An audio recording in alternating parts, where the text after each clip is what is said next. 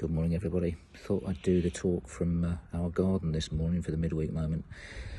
And the theme for it is the table that the Lord has prepared. So if you have a look over to my right, we've got something that could go on a good table.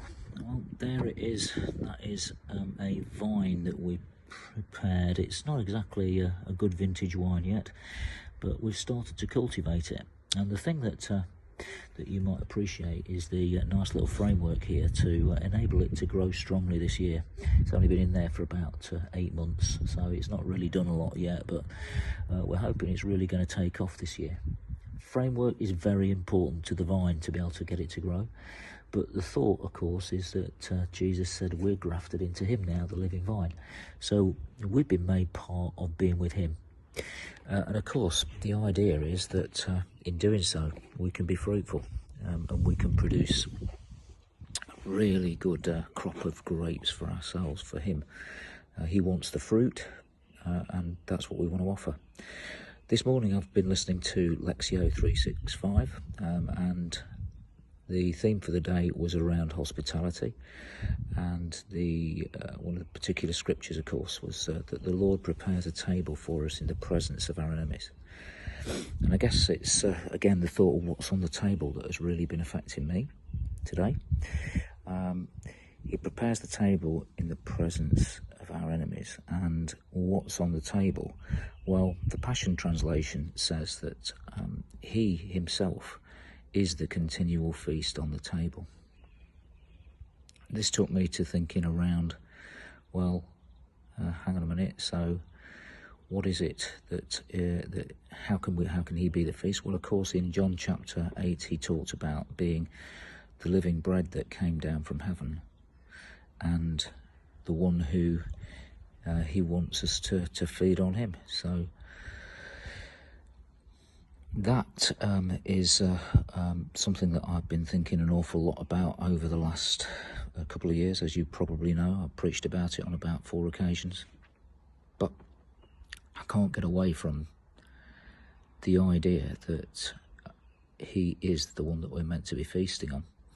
And in John chapter 15 also, as you'll probably be aware, it talks about him being the one that we are going to be feasting on, and he talks about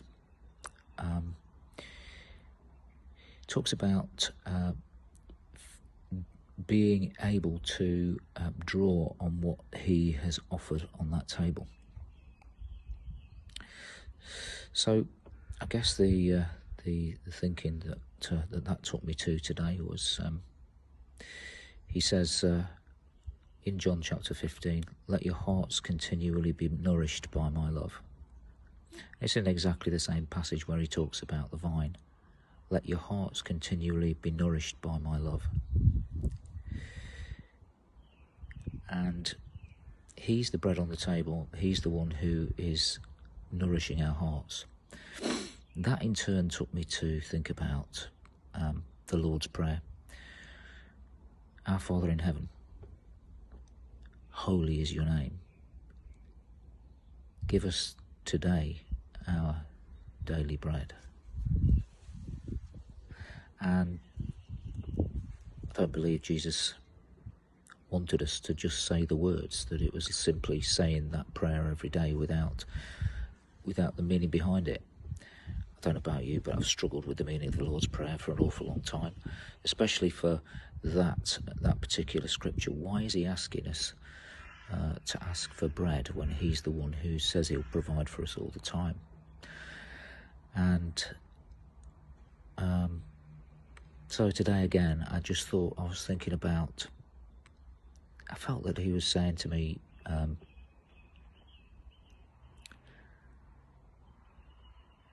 he's the feast. Each day, he's the one we need to feast on. He's the bread on the table. He's the one that wants to feed us. And to ask him every day for that living bread of more of him. I'm convinced that he's asking us to ask for more of him to feast on every day. The Lord is my shepherd, I won't want. He leads me in green pastures and by still waters. He prepares a table before me in the presence of my enemies. He prepares that continual feast, and my cup overflows. Can't get away from that being a picture of what he was doing in the Last Supper, inviting us freely to the table, to feast on him, fulfilling what he said in John chapter 8. I am the living bread who came down from heaven. If a person eats this bread, he will never die.